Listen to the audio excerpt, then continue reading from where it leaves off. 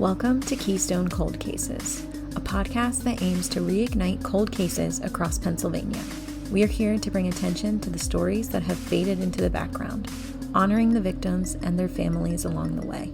Each episode is a step closer to understanding the truth, because every case deserves more than just a passing glance, and every voice deserves to be heard. Hi, this is Carrie, and I'm joined with Shannon. How are you doing, Shannon?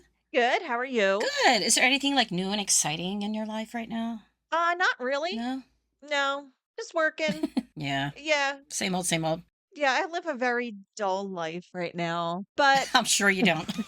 you know, at least it's not exciting in the wrong way. Right. Yeah, I say that a lot too. I'm like, anything new or exciting? And then people get into all these things that are going on. I'm like, yeah, maybe it's better if there's actually nothing going on. Right. Like when the kids call, they're at college and they're like, oh, what's going on there? I'm like, nothing. Absolutely nothing. You're not missing anything. Right. No news is good news, right? Absolutely. Yeah. And there was a couple things that I was going to talk about today, but being that we're in the spooky season and I'm going to bring a spooky episode tonight, I want to talk to you about something kind of strange that happened yesterday at my house.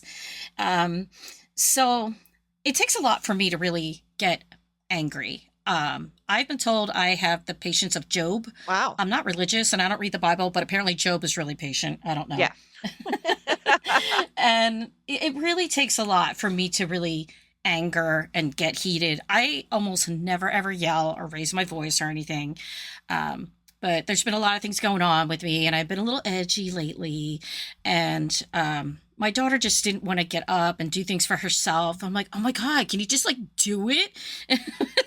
And I felt bad. I kind of lashed out a little bit, but I was in the kitchen when I said that. And right after I kind of snapped at her, a glass of something, it wasn't an actual glass, but some type of glass came smashing down on my countertop. And we have a granite countertop and went into a million pieces all over my kitchen.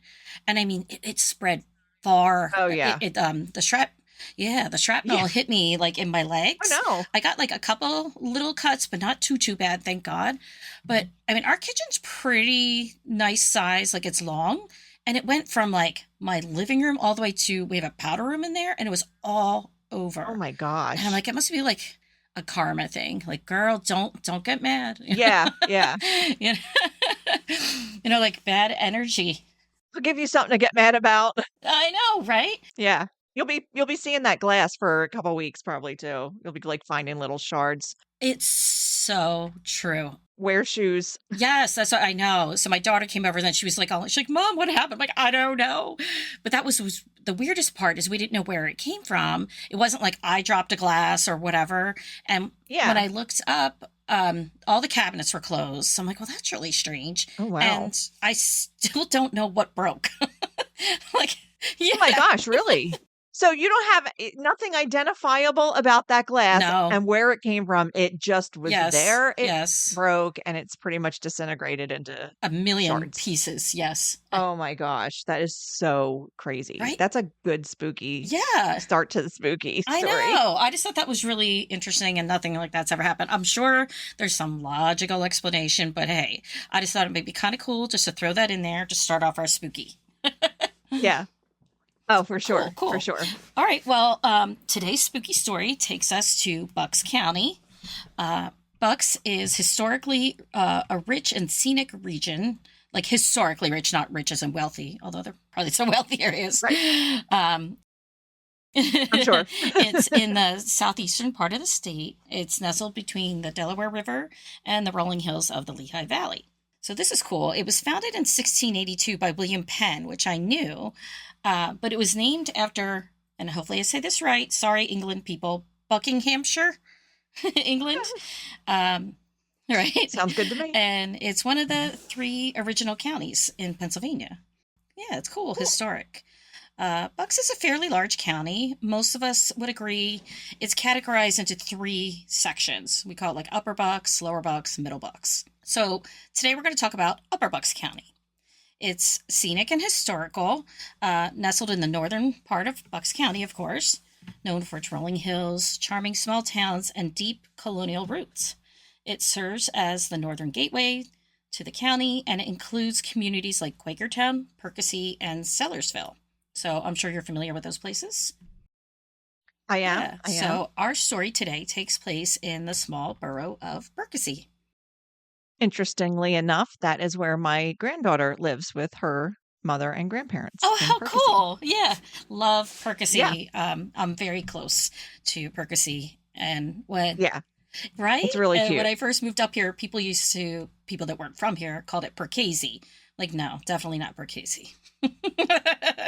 So, people, it's Perkasie. So, let's talk about the Perkasie Train Tunnel. It's more than just an old railroad passage. It's a monument to the human ambition and full of tragedy. Beneath its jagged edges and icy walls lies a story few dare to tell. A story of tragedy, obsession, and something that still walks the tracks when the moon is high. So, dim the lights, put on your headphones, and listen closely. Because once you enter the tunnel, you may not come out the same. I've got some chills now, and I'm like alone. Well, my son is down sleeping because he works overnights, but like right now I'm by myself, and now I'm gonna have goosebumps. I can tell I'm gonna have like little pricklies up and down my spine. Cool, that's what we want. So, yes. On a warm May evening in 1944, a Bethlehem-bound night train rolled through Perkasie just past midnight. Its engineer, Charles L. Krause, was a veteran of the rails. He was stoic, punctual, and very deeply superstitious. He refused to whistle while inside the tunnels, claiming it disturbed the sleepers. And I'm like, ooh, that's what I thought too. I'm like, oh. So I do have to go a little off the rails and give you a side note. Pun intended. So, quick question before you get into your side note. When he's saying he refused to whistle, is he talking about like his own whistle while you work, or is he saying he would not blow the train whistle? That's a really good question. I'm assuming the train whistle. When I first read it, I was thinking him, but I think you're right. I think it would be the train whistle because he didn't want to disturb the sleepers. And I would think it would be really loud in a tunnel. It would just be that whistle would just echo off of the walls. So it would probably be just now if we're talking sleepers, are we talking the sleeping people in the area, or are we talking about something a little bit more supernatural? Right? I know that could go like a lot of different ways. So yes, I went down the rabbit hole slightly. And I found out that railway sleepers are actually essential components of the train tunnel infrastructure. They serve to support the rails. They maintain the position, the direction, and the gauge of the rails. And they absorb the pressure from passing trains. So, like I said, we could really go down a large rabbit hole about sleepers. But since we're trying to keep it spooky, I don't want to get too much into the complexity of the train tunnel components. All we need to know is they're very important. Resident engineer is not on this episode. Correct. And I am not that. So you're just throwing stuff over my head at this point. So they're important. And in my opinion, they have a spooky name. I just thought it was really cool. The Sleepers. Back to the night in 1944. Krause, the engineer, was unusually quiet. Witnesses at the Perkasie station said he looked pale, muttering about a man he had seen on the tracks near the tunnel entrance. But no one else saw him. As the train entered the tunnel, Krause leaned out the window, scanning the walls. That's when it happened. A sickening thud.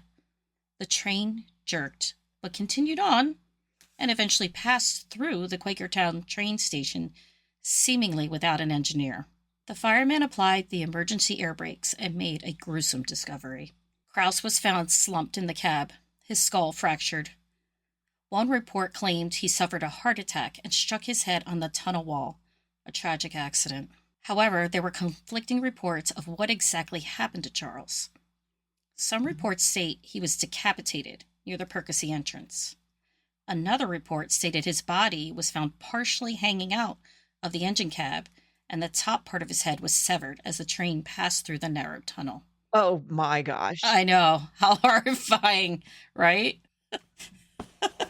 And if you think about this, really wasn't that long ago. I mean, 1944. I mean, Right. some people might sound like a long time ago, but it really isn't. Yeah, and when you like the way you're describing it, like with them hanging like out the engine or the cab, Right? I can see that in my mind's eye, from like Yes. movies and stuff where the engineer was driving the train and would, Hmm.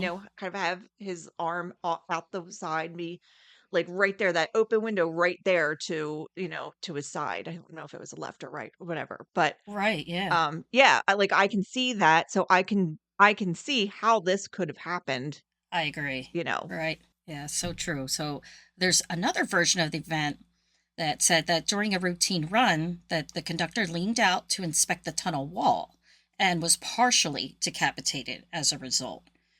Some claimed that maybe he had actually seen something or someone standing in the tunnel just before the impact. But most official investigations of this accident express the combined opinion that Krauss most likely suffered a heart attack before his head struck against the abutment inside the Perkasie tunnel. So the abutment is like the supporting thing in the tunnel. Yeah. Um, Wow. so this is a true story. Right, right. Did he actually see something that could have caused him to have a heart attack? Like, was he literally scared to death? Yeah. That's what I was thinking. Since that night, conductors began reporting strange occurrences in the tunnel: flickering lanterns, cold spots. Train crews have also reported seeing shadowy figures near the walls. One engineer in the 1970s refused to enter the tunnel after claiming he saw a man in a conductor's uniform vanish into the stone. Oh. I don't think I'd want to go either.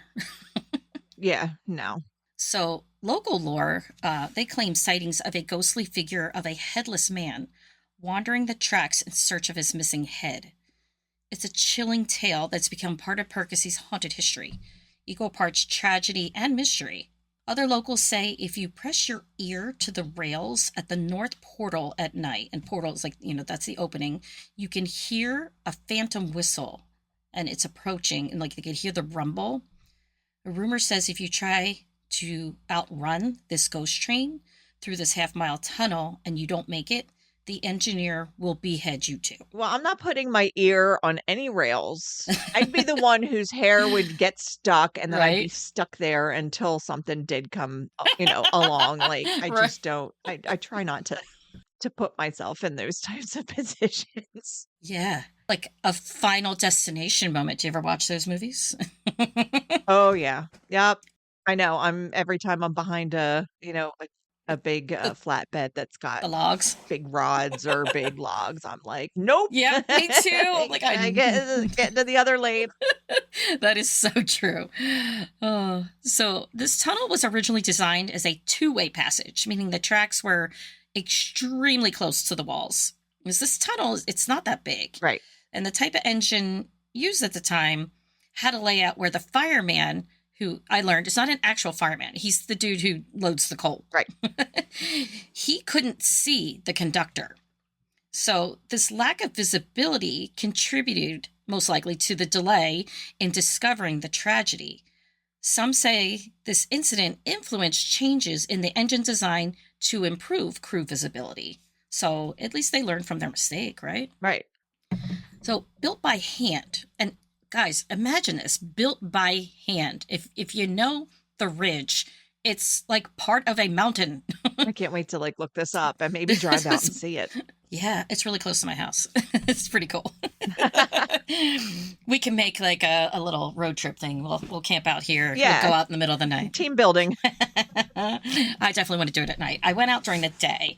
Not as creepy during the day. Night, no. No. I need to go with a group. Safety in numbers. Right. So yeah, built by hand in the 1850s, the tunnel carries memories of cholera victims, immigrant laborers, and stories that were passed down through generations. And over time, it's become cloaked in folklore. So the train tunnel, there's a little bit of history here. It's located behind the post office in Perkasie, which is on 7th Street. And a lot of people don't even know when I mention about the tunnel, like, what are you talking about? So it's not really something that people like regularly know of or go to. And it's owned by SEPTA and operated by the East Penn Railroad. Okay. So the tunnel itself, let's see, it's located near 8th Street and Ridge Road. Northbound passenger trains going through the tunnel back in the day traveled to Union Station in Bethlehem and even points beyond. And most southbound passenger trains were destined for Reading Terminal Station in Philadelphia, which we all know, right? Mm-hmm. Yep. The Perkasie Station on 8th Street was formerly equipped with a water tower, but none of that remains. You can't find any traces of that. The tunnel was driven, meaning like it was used between 1853 and 1857 by the North Pennsylvania Railroad to establish a direct rail link from Philadelphia to Bethlehem and beyond. It cut through the hard Landis Ridge, which is, the rock there, and with hand tools using black powder and just sheer grit. The original contractor was dismissed. Now, it wasn't confirmed, but some people speculate there was too much incompetence and it was just taking too long.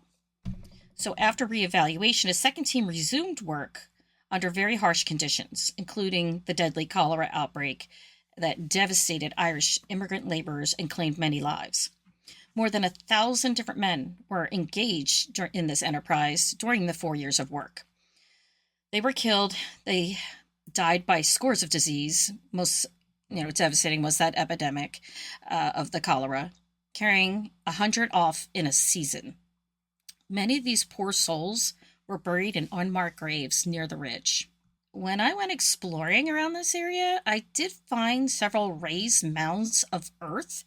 Now, granted, things could have shifted or whatever, but there were like a lot of like medium-sized rocks like that looked very purposely placed on top of these mounds. Could these have been the unmarked graves? Sounds like it could be. Possibly. Could be. Or, maybe local teenagers that they just kind of mess around. Yeah. It's hard to say because it's been a while. Accidents in the tunnel were everyday events. In one instance, a large falling rock hit a man steering a drill crew and he died instantly. There was also a riot at the tunnel among its Irish laborers, and one of the rioters was killed by local militia. In June of 1854, there were other confirmed worker fatalities. 2 Irishmen named Fitzpatrick and Sweeney were killed in the tunnel by the falling of a portion of the roofing, which was loosened by blasting. Some of the men, it is said, had refused to work for a week before this incident because they felt that it was unsafe, the condition of the roof, but they had been persuaded to return to work again. So how sad is that? That's awful. And Right. it's kind of like very prevalent in those times where there was no OSHA, there was no types of regulations on this type of work. Those kind of jobs, like unfortunately, resulted in a lot of unnecessary deaths. Yeah, I agree. It's sad. They were just trying to make money for their families, and Right, right. the fact that they were persuaded to return again and then some of them died is just awful. There are some other notable and tragic events that were documented. These are as follows. On August 5th, 1886, as the work was continuing on the tunnel, they were trying to widen it for a double track. 7 men were overcome with gas caused by the trains that were going through the tunnel, and they were carried out unconscious. Ooh. It didn't say whether they passed away or not, but in any event, it was not a good situation. Falling stones injured 2 men the previous week, and the entire workforce on the tunnel went on strike due to the danger of the job. They demanded, this is really interesting, an advance of 25 cents, or they just wanted $2 a day because they were only making $1.75. Like, Oh my goodness. But we're talking 1886. Like, oh, wow. Yeah, that was that was money back then. I mean, Oh, yeah, definitely. probably, it wasn't like a great windfall, but still it was, Right. compared to what we make these days, that's, seems like so much or so little, I should say, so little, but Right. But it was probably enough for them. right, enough to get by, enough to support your family. At that time, it was reported that 50 men threatened violence to anyone who would attempt to work. So, like, they were on strike, and if the guys are like, "We need to go back. I need the money," the other guys were like, "No, oh, I'm going to fight you. You're not going back to work. Yeah. Well, yeah, I mean, you get the ones that, yes, they're more concerned with being able to take care of their families, but if they go back, the stance that they're taking becomes moot. True. Exactly. Kind of a double-edged sword right there. March 8th, 1888, frequent falling rocks were reported again. That's kind of like a thing around here. By the way, the name of our township is actually called East Rock Hill. Got a lot of rocks going on here. And almost every road is named after like a ridge, a mountain, or a rock. There's like Shale, Stone Edge, Ridge Run, like they're all so. Oh yeah. Well, and like out the turnpike and out the Northeast Extension and stuff, where they blasted through hills, you always see those signs like watch for falling rock. Right? It's a thing. Yep. So the frequent falling rocks, and a year before, workmen reported, or they were working on the arching part of the tunnel, and they stopped before the work was completed because they were scared of all this falling rock. Yeah. On November 12th, 1903, James Perello, a 30-year-old Italian, had both of his feet crushed at the Perkasie Tunnel when he tried to board a freight car to return to Rock Hill, where he was a stone crusher. Surprise, surprise. Wow. But this is cool. A special train from Lansdale was dispatched to Perkasie within 16 minutes and took him to Bethlehem Hospital in 25 minutes. So we're getting a little better. That's unheard of. I know, right? Especially back then. Like that's pretty great. Yeah. Like good for him. I mean, that they were able to get him, some quasi immediate attention. True. Yeah. April 19th, 1911, the railroad company began tearing out about 140 feet of the roof of the tunnel up at the north end and arching it back with brick and concrete. This work was going on every day, even including Sundays. Peter Bincer was a night watchman during the cold weather at intervals during the night. He would go into the tunnel during this time with a hatchet and cut down the ice because the ice would form along the sides just to keep the trains, running smoothly and all, and people were able to work. At about 2 a.m., he entered the tunnel and a large block of ice fell upon him, pinning him to the tracks. The tunnel watchman then waved his lantern as the locomotive engine was approaching, and the engineer saw the lantern waving wildly, and he stopped the train within just 20 feet of Peter. A very close call. Wow. Right? That's crazy close. It is close. I know. And the fact that this is documented, too. Yeah. These are all like facts. Like, wow. March 13th, 1912, a man was cut in half on the railroad tunnel, and the body was brought back to Perkasie for burial. I couldn't find a whole lot more other information about that one. But I guess he could have fallen, been unconscious. I don't know. What do you think? Yeah, I mean, without more context, it's hard to kind of guess what would have happened. Like, was it intentional? Was he going through the tunnel and didn't make it out? True. It doesn't even look like you were able to find information on who he was. Nope. Mm-mm. So, it may have been something that was just maybe not covered well, I guess, at the time, or the family wanted to keep the details private. I don't know. But yeah, we could go crazy with speculation on that. I was just thinking that. Now I'm thinking, oh my gosh, what if somebody had murdered him, put him on the tracks, and blamed it on the train? Yeah. Yikes. That could happen. Yeah. I think there was a girl in Jersey that died on the train tracks, and they don't think she jumped. They said they think she was pushed, but they ruled it as suicide. I don't know if you remember that. She was like a young high school/college student. I'm going to have to go back and look at her name. That's going to bother me. Yeah, it sounds vaguely familiar. So yeah, I could also speculate that there were many other injuries, possibly deaths associated with the construction of the tunnel. So I think that you would agree. Yes. So the tunnel itself, it's approximately 2,150 feet, which is about 0.4 miles in length. The tunnel was one of the longest in eastern Pennsylvania of its time, and its opening catalyzed the growth of Perkasie, transforming it into a thriving train town aligned with the ever-growing cigar and tobacco trade. Known technically as the Landis Ridge Tunnel, the Perkasie Tunnel once had 2 tracks, but now accommodates 1 single track, thank goodness, and it's used for limited freight service by the Eastern Penn Railroad. SEPTA, again, still owns the line. Passenger service ceased in 1981. Probably a good thing. Yeah, right? Well, this is fun. The tunnel's curved, which I find super interesting. Oh. Okay. Not what I was thinking. I was thinking just straight long tunnel. Me too. I know. And That makes it even creepier. it does. So what's interesting is that the daylight from the south end at 8th Street is visible from the north portal near Ridge Road, but not vice versa. Interesting. Right? Its interior remains unlined blasted rock. So it's like raw in there. It's just like raw rock material. Like it's not, subway tiled or anything. Right, right. Probably not grouted very well, I'm guessing either. Like, No. I mean, it was dug and blasted by hand and all. yeah. So this curved design is very unique. It's an architectural quirk that has fueled other local legends. Some say the curve was intentional, designed to keep something inside. Mm. Others believe it's why sounds behave strangely. Echoes bounce unpredictably, and voices seem to come from nowhere. Rail workers have long reported feeling watched inside the tunnel, especially near the midpoint where the light disappears and the stone walls close in. The cave-like interior stays cool year-round, even in the summer. Most visitors choose to wear a jacket or a hoodie. The edges of the tunnel are jagged, allowing beautiful ice structures to form from water dripping from the top and the sides, which freezes in the winter. For some reason, this just reminds me of the large rocks that are along the Schuylkill Expressways Yes. in the colder months. Yes, when the water runs down and you have that, like, frozen waterfall. Oh, I know, I love it. Yes.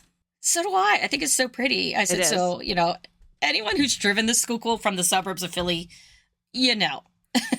for the most part, you're inevitably going to be sitting there hopelessly locked in your standstill traffic. Yes. No matter what time of day or what day of the week. 2 lanes each direction. Yeah.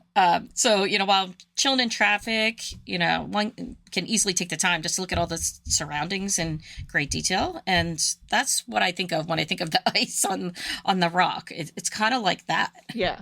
So anyway, these jagged ice structures that form along the walls, they kind of resemble teeth. And local teens like to call them the ice teeth. They dare each other to walk through the tunnel at night. Yeah, because you wouldn't be able to see what's there, I suppose. But No. fun fact, in the United States, about 15 people are killed by icicle-related incidents each year. So don't do this. Icicles are nothing to mess with. No. Just because it's water. I mean, water is, in its normal liquid form is deadly, but Mm-hmm. yeah, these things, if they get pointy and they drop, they can pick up some speed and they can really do some damage. Absolutely. It just makes me think of National Lampoon's Christmas Vacation. Yes. Why is the carpet wet, Todd? I don't know, Margot. So funny. So there was a documented incident from the 1990s involving a group of high schoolers who entered the tunnel during a snowstorm. They emerged, they were shaken, and they were claiming that they heard breathing and they saw ice forming in real time, and it was growing toward them. So that's all I heard about that, but I don't know. What do you think about that one? I mean, the breathing, you can probably kind of explain that away. The ice forming in real time, it gives me like, Frozen vibes, like when Elsa's in the castle and the guys are coming together and Oh, like that's what I'm thinking. But it could just be their minds playing tricks on them, or maybe like true. shadows just, causing them to see something that's not really happening. Just, Right. your imagination can run wild in those types of situations, especially if you're going in knowing there's all this folklore Right. about the tunnel itself, and you're already on, like, I guess, high alert, and then Yeah, so you're looking for something, right? You're like, yeah, yeah, oh, look, the ice is growing. And then it's like this group mentality. Oh my gosh, yes, it is. yes. So, but since then, the tunnel has seen much fewer trains, but more stories. Residents report hearing phantom whistles and seeing lights in the tunnel when no trains are scheduled. A local man claimed that he saw a train pass through with no crew, no sound, and no destination. Hmm. I don't know how he didn't know, like how he knew it didn't have a destination, but I don't know. That's what was reported.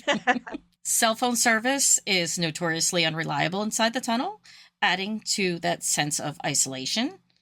Some people say the tunnel breathes, exhaling cold air and whispering through the cracks. Another tale that stands out is a tragedy that left a permanent mark on this community. They say it happened in the late 1940s. A young boy, no older than 10, was playing near the tracks with a group of friends. It was a dare, cross the tunnel from end to end without turning back. The tunnel was still active then, and trains passed through regularly. I mean, this is 1940, so this is before the possible decapitation of, earlier dude we talked about, Kraus. Right. So it was still active. The trains passed through, but the boys had timed it before, and they thought they knew its rhythm. But that day, something went wrong. The boy entered the tunnel, flashlight in hand. His friends waited at the far end, laughing nervously. But halfway through, the sound of the train echoed.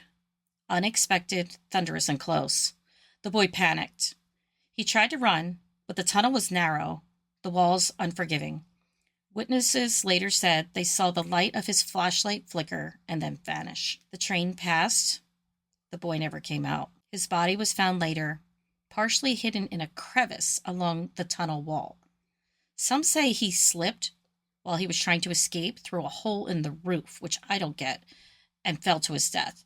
Was he scaling the wall or something? I don't know. Right. Yeah, I don't know. Yeah, That that seems odd. doesn't sound likely. Right. Without seeing the inside. Yeah. Who knows what the facet was like. Doesn't look like it'd be easily climbed. I mean, there's... Right. Unless maybe there's a ladder back then? I don't know. But others believe that he was just struck directly, and his flashlight was shattered, found beside him. The conductor never saw him. But since then, strange things have been reported. A dim light flickering halfway through the tunnel, whispers coming through the walls, and sometimes on moonless nights, just the sound of footsteps running and then stopping abruptly. Locals say if you walk in the tunnel alone and make it halfway, you might see him, but they warn don't look back. Why not? I don't know. I don't want to know. I mean, I wouldn't, but like, I'm just curious if it's a warning, why? Right. Why are we not looking back? I don't know. It didn't say. I'm like, moving on. That one kind of creeped me out for sure. I know. Right. Yeah. Very true. Rail workers say that the tunnel feels different now, as if it remembers the people who once passed through, and it waits for more. So it got me thinking, like, have you ever heard of, like, rock holding memories? Yes. Right? Okay. Like, I've heard of that before. I know I've heard of that.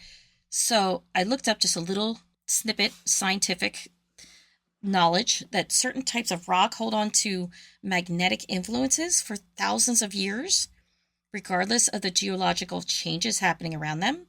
Some mineral deposits retain permanent evidence of force on their location in the earth, while others do not. Scientists refer to these characteristics as memories. Makes sense. So therefore, rock holding memories. Don't they say a lot of like paranormal things are like usually around like rock or like in the caves, Yeah. limestone, Yeah. those kinds of things? I think so. That's what it made me think of. And especially those that magnetic, Right? if there's any type of magnetic properties of the rocks and stuff, like EMFs and everything are all like used True. for paranormal studies and things like that. So Oh, yeah. I can believe that. Well, it's also important to note that just blocks away from the train tunnel is the Perkasie Trolley Tunnel. Okay. And sometimes people confuse the trolley tunnel with the train tunnel. Now, the trolley tunnel was built in 1912 to allow the Liberty Bell route to pass beneath the Reading Railroad. So this tunnel is much smaller and less imposing, but it still has its own ghostly reputation. So yeah, like this was actually built, the Liberty Bell passed through this area. It's really cool. Cool. The Perkasie Historical Society has recorded stories of a woman in white seen standing in the underpass. She's silent, unmoving, and always disappears before anyone can approach. Some believe she's the spirit of a passenger who died on the tracks. Others think she's tied to the old trolley line, which ceased operation in 1951. Not a lot of information there. The underpass remains a quiet, eerie place, especially at dusk, when the light starts to fade and the pass seems to seep through the brick. But going back to the Perkasie Train Tunnel today, it's also mostly quiet. Freight cars pass through only when necessary. But the stories still haven't stopped. Graffiti appears overnight, and visitors report hearing footsteps above them, and some claim that if you stand in the center of the tunnel where the light disappears, you'll hear your name whispered from the stone. Would you try that? No way in hell. No, me neither. Yeah, I'm good. Like, I don't know about that. The Perkasie Historical Society acknowledges the train tunnel's eerie reputation, though no official hauntings are recorded. There's been a lot of people out there, they got their EMFs and all that stuff, but nothing official, if you call it official. I'm doing air quotes. But still, the combination of history and tragedy and isolation makes it a perfect breeding ground for folklore, and maybe something more.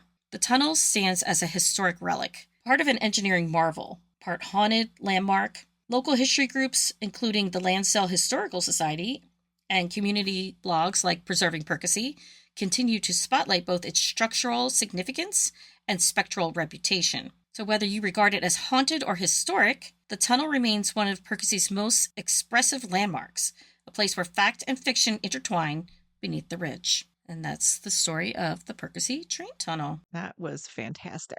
Yay, thank you. And just a word of caution to our listeners, please don't go through tunnels where trains can bear down on you True. and injure or kill you, please. Yeah, this is a smaller tunnel. Trains do go through. Yep. Again, it's just one line, so there is a little more room, but Right. don't risk it, please. Right. It's not worth the thrill you might get if, God forbid, something happens. Mm-hmm. Very, very true. All right. Well, thanks for joining me on this fun trip, this train ride. Thanks, Carrie. Bye. Bye.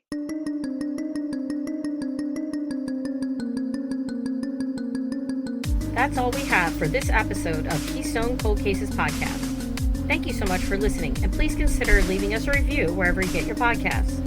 If you want to find out more about the podcast, the hosts, and the cases we cover, or if you want to suggest a case, please visit us at kccpod.com or send us an email at keystonecoldcases@gmail.com. You can also follow us on Facebook at Keystone Cold Cases and on Instagram and TikTok at KCCPod. Follow us on YouTube at Keystone Cold Cases. Please remember never to reach out to family or friends of the victims, only to law enforcement if you have any tips. This episode was researched and hosted by me, Carrie. Find all of our sources, social info, and contact information at kccpod.com. Theme music by Darren Makins, and production assistance from Shannon Bickle. Join us again next week for another case to sleuth out.